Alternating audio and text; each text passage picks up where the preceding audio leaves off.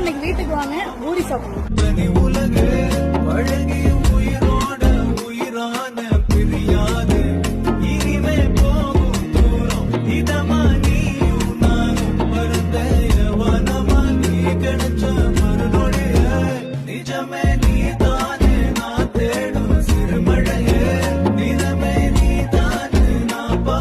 அடுத்ததுக்கு நிறைய வேலை இருக்கிறதுனால வெங்காயம்லாம் ஏனோ தான் கட் பண்ணிருப்பேன். அதெல்லாம் நோட் பண்ணக்கூடாது. பாவம் குழச்சு போட்டு